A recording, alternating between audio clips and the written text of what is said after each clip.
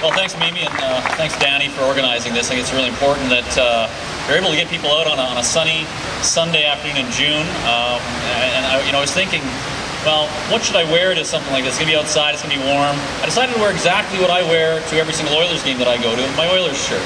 Because it's important that we all remember this isn't about whether we like the Oilers. This is about whether we like hockey or don't like hockey. This isn't about whether we think we need to revitalize our downtown or not. This isn't about whether or not we think that the current arena is good or not, or we need a new one. This is about whether or not tax dollars should go to pay for a private business. And the answer clearly to that is no. Right. If I wanted to open up a coffee shop, I wouldn't show up at City Hall asking them to pay for the rent on my place and pay for all my coffee beans. It doesn't work that way. If you want to make money, put your money in and make your money. You know what? I hope that Daryl Cates builds his own arena here and makes a lot of money at it. But it shouldn't be with taxpayer cash. As Mimi mentioned, it doesn't have to be this way. Montreal, Toronto, Vancouver, Ottawa, even Columbus, all built new arenas without a stitch of taxpayer cash. And in fact, in Columbus's case, revitalized their downtown at the same time. You can have your cake and eat it too, and you don't have to have taxpayer money to do that.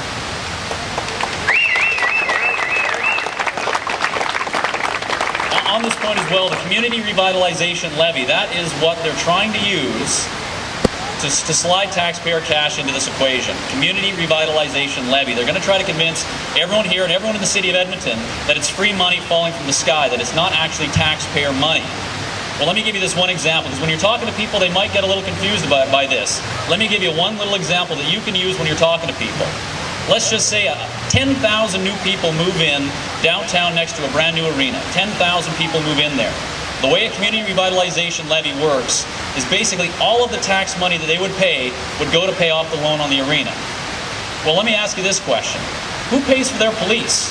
Who pays for their fire? Who pays for their LRT? Who pays for their road clearing? Who pays for their parks, their libraries, and everything else the city provides? Everyone else in the city through higher taxes. The CRL is nothing but a phony shell game to try to make you believe that you're getting free money to pay for an arena. There is no such thing as free money. It comes out of your and my pocket, and everyone else's pocket in this city. And when we pay our taxes, when hardworking people are out there busting their butts, working hard, making money to make their families' lives better, they pay their taxes. They want to see it go to things like police and fire and road clearing and libraries. Important things, not to help pad the bottom line of a private business. And they don't seem to understand that. There's also, even with this so-called deal they've got, there are so many unanswered questions that we need to start asking hard questions about and getting hard answers for. What happens when the arena goes from being a $450 million arena to a $750 million arena? Who pays for that? Who's paying for the land? Well, we know we're paying for the land, but how much are we paying? And why do we have to buy the land from Daryl Cates and build it exactly where he wants? If we're going to build a building and own it, shouldn't we put it wherever we want? Don't we have a bunch of vacant land that we could maybe buy for cheaper? Who's asking that question? You know, and the fact of the matter is, I feel really sorry for a lot of the city councilors who have not been getting the answers. You know, there are a lot of good, hardworking city councilors who have been asking very tough questions, have been trying to get answers to these things, and have not been getting it. They need our support. We need to get hold of the other ones who are being led around by their noses here. We only need to swing two of them over, and we can put a bit of a stop to this and get us back on the right track. And let us not fear a no answer. Does not mean the Oilers are leaving town. Does not mean that we'll never build an arena. No answer means try again and try harder. Try with your own money, not with our money. Absolutely. In Columbus, taxpayers there voted down taxpayer funding for their arena 5 times. 5 times the guys came in and asked for taxpayer cash to build themselves an arena where they were going to keep all the money. Voters said no 5 times. You know what? They have an arena. It was 100% privately funded. It's revitalized their downtown. You can have your cake and eat it too. Bottom line here is there are a lot of unanswered questions. This is a rotten deal. We can say no to it. We can put a halt to this, and we can start over from scratch. The Oilers are not going anywhere. They have the 5th highest ticket prices in the league here. They're selling this place out. It's great. I'm one of the guys that go there and watch the game, and I love it. And I think it's fantastic. We are not going to lose our team. They're not going to be going anywhere. There's nowhere in North America that doesn't have a team already where they can make more money, frankly. This is a good place to be. We love our hockey here, and they will continue to stay.